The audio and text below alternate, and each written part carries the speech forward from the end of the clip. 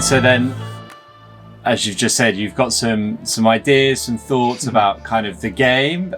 Really keen to hear those. Well, I was just reflecting a little bit about. This is always a very common question about in our sport, very much in the last years about what would you change and which and there was a nice thread on Twitter from I saw that. Jade about what would you change, what would you add, I like that exercise. I think we do it way too often now, and we change too much now. It's an old discussion or old conclusion that we are changing too much.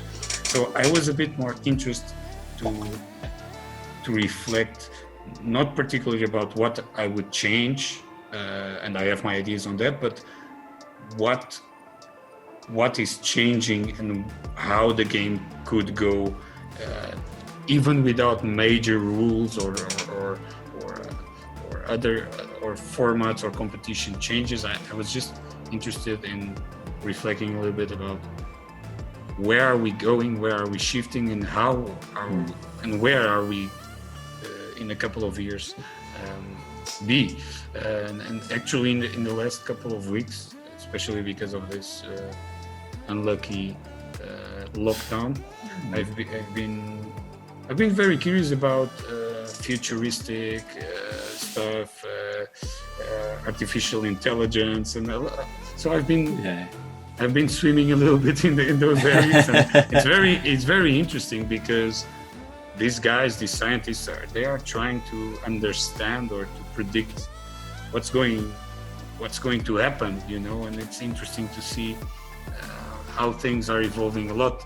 But coming back to the topic here, so I think a couple of trends that I identify now, and what I see that where are we going on, it's of course there's a lot of aerial game, so which it's not new, but it's more and more the case in every sense, in terms of shooting on goal. So you see this absolutely amazing, unbelievable goal from Flovan van Nobel that was now trending on Twitter. That he just smashes the ball like really high, and that's amazing. But not only in those kind of situations, but in terms of dribbling and in terms of even short and mid passing situations. So air hockey, it's a big trend now, and more and more. So that's something that you see as a shift in the last couple of years.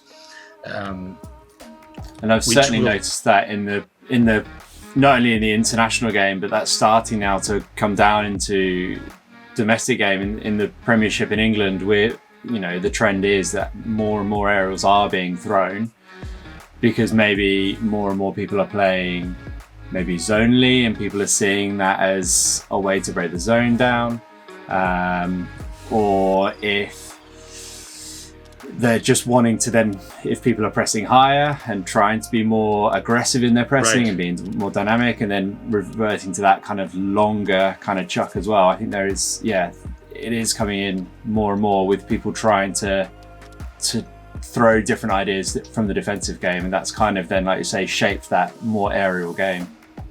Yeah, so I totally agree with you. I think it's very much related with ways to get out of pressure, but also as a way to affect zonal structures, especially because of the 5 meter distance rule.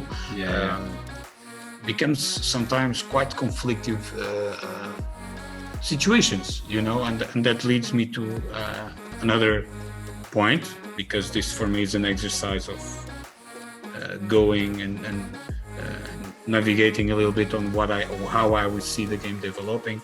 And if before I looked to the American, especially I think girls playing with face protection and kind of helmets, I think it would not be absurd if in a while we might need to play with helmets, because, and especially because if you see this kind of goal from Van Ovel, and you see that the use of more aerial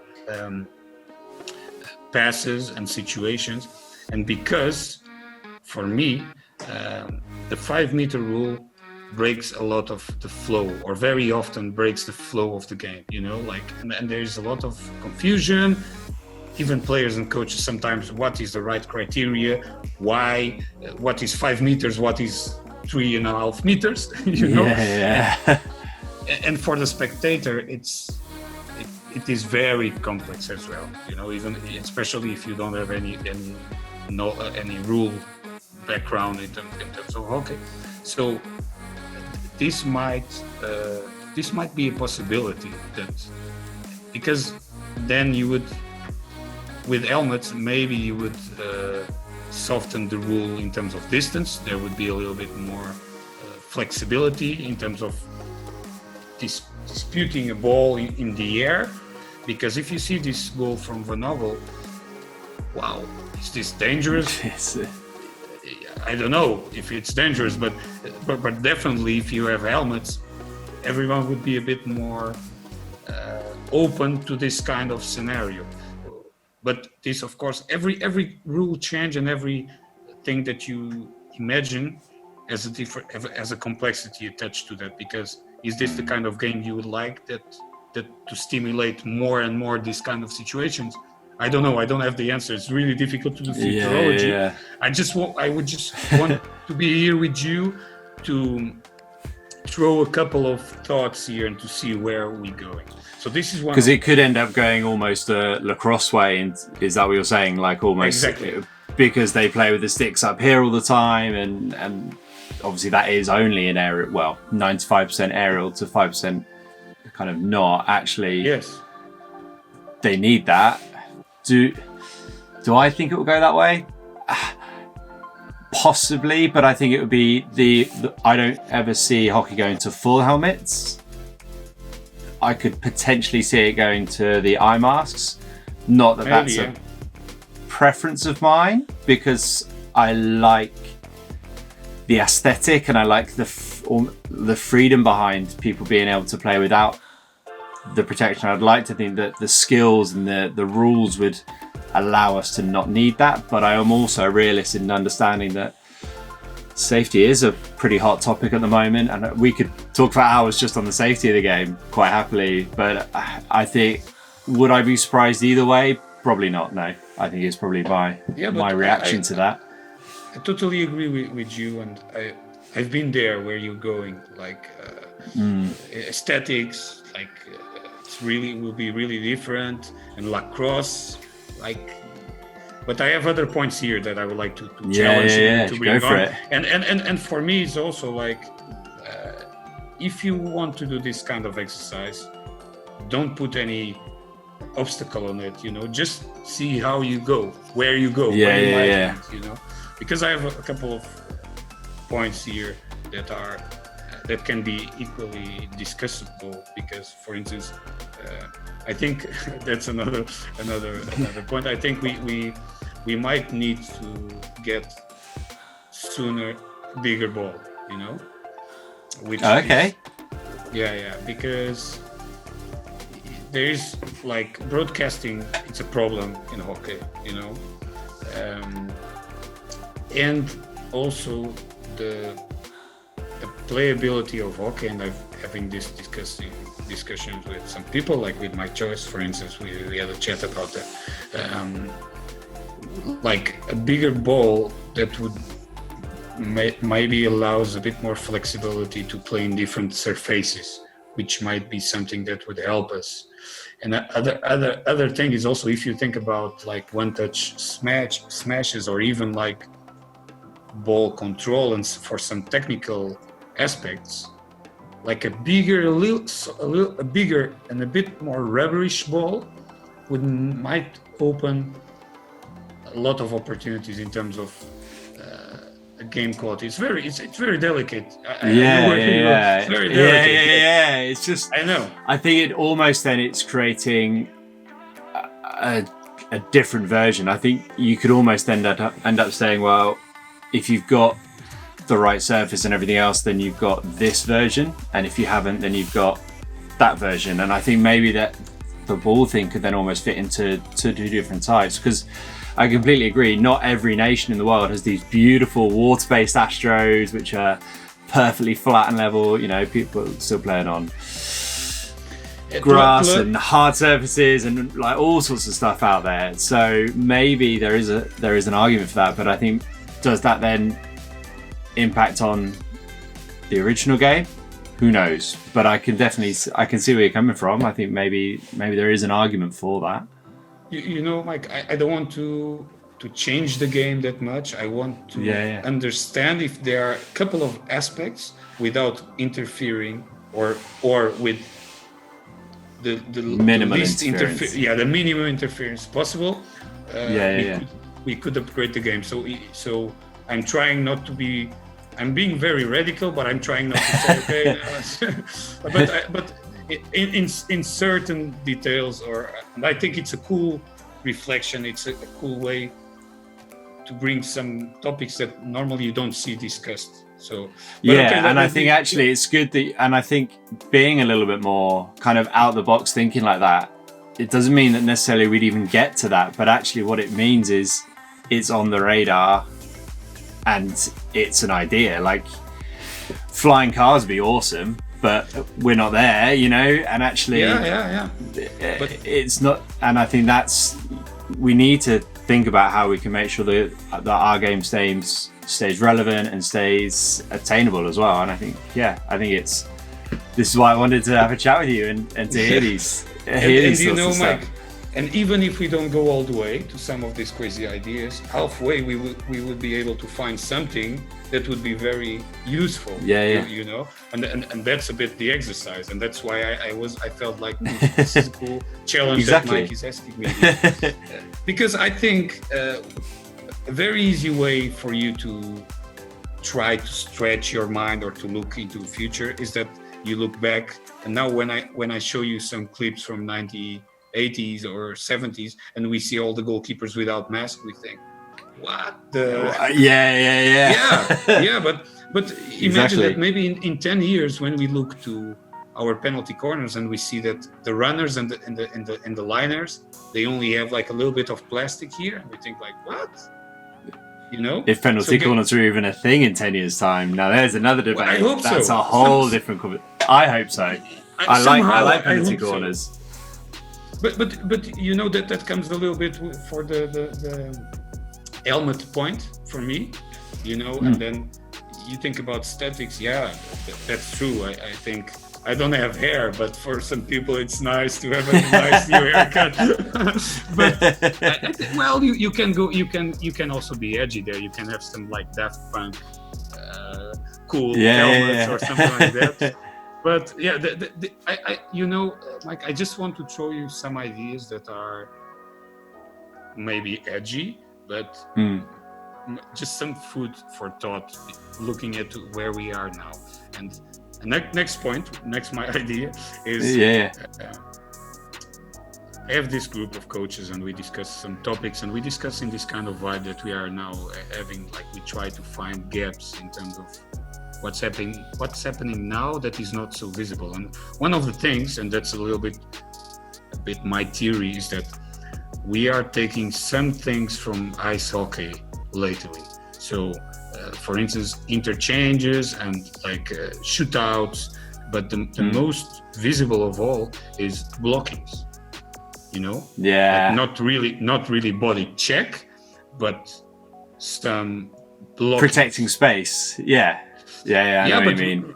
Really in a subtle or not so subtle way, that I'm blocking your running pad so I can unlock. So you can open up a longer ball or a carry channel or something like that. Yeah. Yes.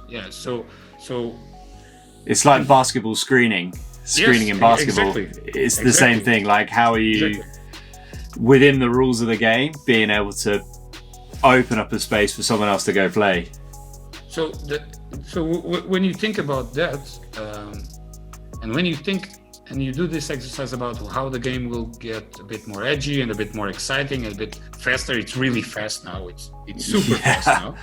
But well, maybe you think like, well, blocking is already a reality. It will be a bit more, even more a reality.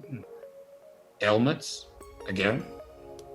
You know, yeah. I'm just trying to sell you my logic here. I don't know if we go that way. I just want to do this exercise with you, but let me keep going. I think another area that I don't understand now why we are not even so innovative as we could be is penalty corners, attacking. Yeah, there are a lot of things that. They are just there in front of us, and we are not doing. I will try to give you a clear example. Like now, recently, once in a while, you see this kind of slightly adaptations of the stopper or some counter movement in the ball, and I think that we are getting a bit more where we can go. But for instance, why don't we have like 3, 4, 5 guys standing and just stopping the ball, so everyone's standing with a forehand, just a standard position, so you don't really know where the ball is going to end or to be stopped, because you have a lot of players now that have the skill to stop the ball in the last moment. Even you could have some kind of like American football players running the back, leave them around, because maybe you study who's their first shooter or what's their patterns and so on. Okay, fair enough, but how about now? You know, so I don't know if this is practical, but also it doesn't matter that much for my exercise to understand right now if this is practical or not. I just want to stretch, and I guess there could be some more influences from indoor, injecting from B-side, like, you know, starting to see a few of those creeping into the outdoor game now. I've seen a couple of those creep through. Like, are we going to see more B-side corners as well as injecting from A-side? And like you say, do we go just play 7v4 in the circle, like go totally out there, no straight strike, but just for instance play 7v4, like for instance, you know. And I think that I think this is also, that's a cooler way to look to how the game can evolve than necessarily just like let's change the time form or let's change the rule and whatever. So I think the rule of self pass was like groundbreaking, and maybe like 20 years ago, if we would have this conversation now, you would tell me like, yeah, but really, like you just start running with the ball? Nah, doesn't make sense. You know, you know. I remember. Well, we both were there when you had to pass the ball a meter before you could then aerial. So you'd have the guys being 1 meter away with a stick on the ground, play into them, and then aerial off from that. So yeah, to see those, and that was what, 2004. Yeah. So it wasn't that far away. Like it's not recent, but it's not that far. I think the rule started 2008. Was implemented in 2008. So it was a long time ago, but not so long, you know. And I think if we would look to the rule beforehand, we would think like, no, that sounds really strange. Well, and then the other, I think those were the most exotic things I wanted to tell you here. I think the dotted line is something that would be something of the past as well, like the dotted line. I don't know, in terms of statics, I don't know if we need a midfield line as well. I'm minimalist, so I don't know. I like this suggestion that some people gave in Twitter about the like LED goals, you know. Oh, LED lights. So when you score it,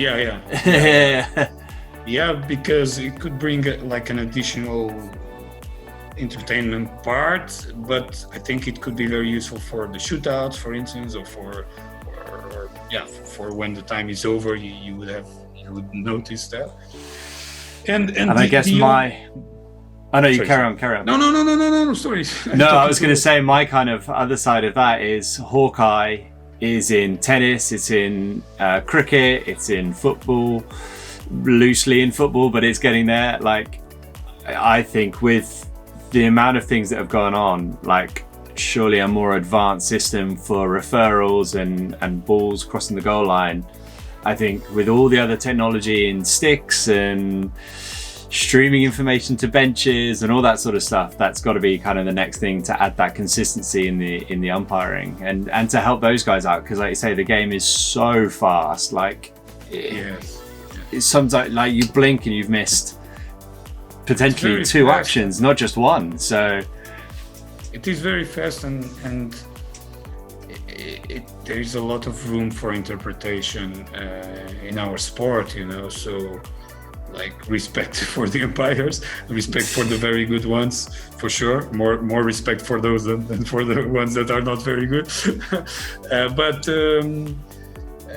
Yeah, I think also in terms of the rules, but I didn't think that much in terms of the rules, because I didn't want it to, as I told you, I didn't want it to go to yeah. path of okay, what we need to change. I wanted to more to look like, okay, the game is going like this now. And for instance, I give you something that is that is a very common discussion about zone and man-to-man, right? And I think that discussion is very often, we have that discussion very often in a very superficial, like in the level, because even experts can go a little bit more in detail. Because, for instance, before everybody, I give you an example. Everybody says like, okay, when the opponent gets in the midfield, we all go man on man, and that's not really true. There are a lot of, not a lot of teams, but there are a couple of teams, and I can show you some clips later, that the teams that remain with their zonal structures, and it's very interesting to see that how the tendencies change. So man on man, and then we go to zonal, and then we go to some complexity in terms of people that try different details, like Germany did different systems and so on. So yeah. I think that's really something interesting. And if you ask me about future trends, I think you will see more zonal systems in very low areas of the field now. And I would like to show you I can send you some clips about that. So I think in terms of tactics, I think we will see that is a big thing. Blockings are a big thing, as I told you as well. Like, and I think we need to understand how far will the rules allow this? What are the tendencies? Because it's a very complex situation. Because if you are without the ball, and if the ball is 30 meters away, and if I'm just blocking you, you're running line. If I'm blocking you, what's the difference between marking you in a tight way? You understand? Yeah. It's a gray area here. Definitely is. So those are the cool areas to discuss for sure. That's cool, man. And the last thing I want to bring here for the discussion, Mike, and it's not so much about the game, is because I try to address a couple of points for me, like how we can keep on having aerial game, because I think it's really exciting, it's really beautiful. So helmets and maybe the rule, we need to see how the rule in terms of distance, if there are helmets, there are distance, I don't know. You know, we need to try some things. The other point, so I thought about broadcasting is a big problem in terms of the ball size, depending on the shade, on the color of the field, on the quality and the positioning of the cameras. It's a big challenge in our sport, you know. So, and the last point for me that I wanted to address is the pitches, you know, the water-based pitches, and the difficulty on having, because they usually are very expensive, especially for developing countries. So this water-based pitches. So I think we need to look for new ways of spray the field, or new kind of technologies. Like I've heard some people talking about some kind of gel that would maybe allow the field to be definitely different kinds of turfs. But I think that will be very difficult, and I think a beautiful, well sprayed field is amazing, and that also it's a unique part of our identity as well. It's like, wow, you guys playing in a water sprayed field and the ball goes faster, and let's not change everything that makes us special and unique. So I think I have my ideas. I don't want to reveal now, but but I think we can think about innovative spraying systems that are both like sustainable, cheaper, and like you can apply to different regions, different countries. So I think that could be something cool for people to try to go further in terms of the pitches and the fields. I think it's a big part of the development of our sport. So those are a couple of ideas that I wanted to bring here to you. We have covered a lot in a short amount of time. Look, Bernardo, thank you so much for your time, buddy. Like, it's been an absolute pleasure to go into some nitty gritty, into some out there thinking, and really looking forward to working with you in the FIH stuff in a couple of weeks. So I think that's going to be really cool. Good luck with everything with Self-Pass and with the writing. Always look forward to seeing what's going on there. And thank you again so much for your time today. It's been class. Okay, thank you. Cool. Thank you, Mike, for inviting me. It was my pleasure to be here, and then also to talk in a different way about hockey in a different topic as well. So it was my pleasure. Thank you very much, and I hope it was a nice session. And see you very soon.